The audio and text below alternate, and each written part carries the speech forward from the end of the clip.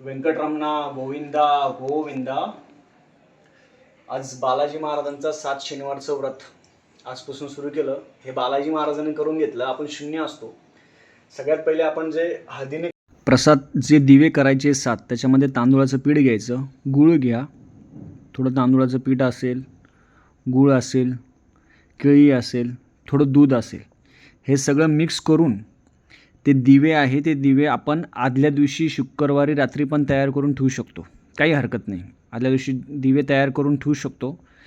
दिव्यामध्ये हे छोटे जरी दिवे तयार केले आपण तरी काही हरकत नाही. एक केळी, तांदूळाचं पीठ आणि गूळ आणि थोडं दूध आहे ते दूध मिक्स करून छानपैकी आणि थोडं तूप, गावरान तूप असेल किंवा साधं तूप असेल ते टाकून छानपैकी हे दिवे आपल्याला तयार करायचे आहे. 7 दिवे तयार करायचे आणि हे आदल्या दिवशी जरी तयार केले आपण तरी पण काही हरकत नाही आहे. खूप छान तयार होतात ते. अशा प्रकारे तयार झाल्यानंतर आपण दुसरा प्रसाद जो आहे तो तिळाचे लाडू. हे असे तिळाचे लाडू आहे. आणि बालाजी महाराजांना तिळाचे लाडू असेल, बेदाणे असेल, तिळाचे लाडू करून घ्यायचे. जिथं करायचं आपल्याला ती जागा मस्त छानपैकी हळदीने धुवून घ्यायची. हे आमचं छोटंसं घर आहे म्हणून घर छोटा असो मोठा असो असं छानपैकी हळदीने करून घ्यायचं. छानपैकी हळदीने सारून घ्यायचं. हे पूजेचं साहित्य आहे. एवढं साध्या सोप्या पद्धतीने जेवढं साहित्य घेता तेवढं करायचं. चौरंग ठेवायचा, खाली रांगोळी काढून घ्यायची, चौरंगावर पण रांगोळी काढून घ्यायची. पिवळा कापड आहे, पिवळा कापड पण ठेवून द्यायचा. आपण जी पोटली तयार करणार त्यात खजूर असेल, 7 खजूर, हळकुंड 7 टाकायचे, 7 लवंग, हे सगळं मिळून ती जी पोटली ती तयार करून घ्यायची. असे दिवे तयार केल्यानंतर दिव्याला गंध लावायचं. अशी साधी आणि सोपी पूजा मांडणी करायची. बघा, साधी सोपी अशी साधी 7 दिवे ठेवायचे. तूप असेल, दिवे असेल. बालाजी महाराजांना त्यात लवंग असेल, विलायची असेल आणि 11 रुपये. 7 लवंग, 7 विलायची, 7 हळकुंड, कापूर आणि नंतर ते जी पोटली ती पॅक करून घ्यायची. आपली इच्छा मनोकामना काय असेल त्या पोटलीमध्ये ठेवून द्यायचं. पूजा झाल्यानंतर ती पोटली नंतर देवघरामध्ये तिथं ठेवून द्यायची.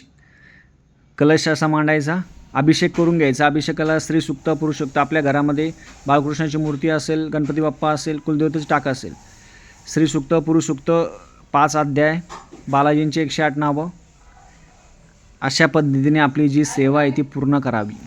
खाली करून घ्यायचं. नंतर साधं बालाजी महाराजांचा आपल्या घरामध्ये फोटो असेल, साधा फोटो आपण लावायचा. कलश मांडायचा. घरामध्ये बाळकृष्ण असेल, गणपती बाप्पा असेल, बाळकृष्ण, गणपती बाप्पा, तिळाचे लाडू बालाजी महाराजांना खूप आवडतात.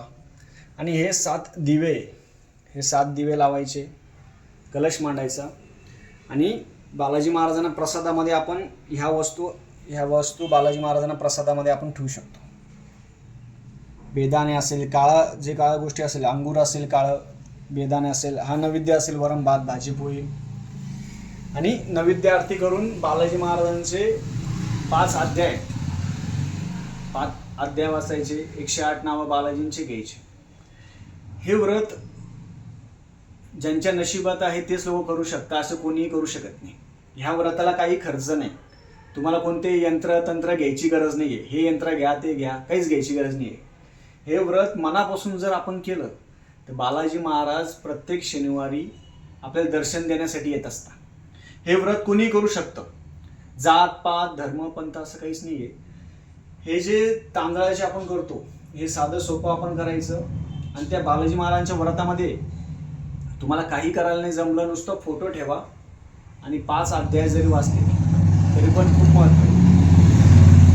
5 अध्यायाला पण महत्त्व आहे. बालाजी महाराजांचं कलियुगामध्ये नंतर आपण हे जे नारळ आहे ते नारळ फोडून प्रसाद म्हणून खायचा. कलियुगामध्ये खूप जण म्हणतात पण एवढं करायला पण वेळ नसतो. पण तुम्हाला हे बालाजी महाराजांचे 7 शनिवार जे आहे ते तुम्ही शनिवारी सकाळी पूजा करू शकता, संध्याकाळी पण पूजा करू शकता. त्याला कोणतेही अडचण नाही.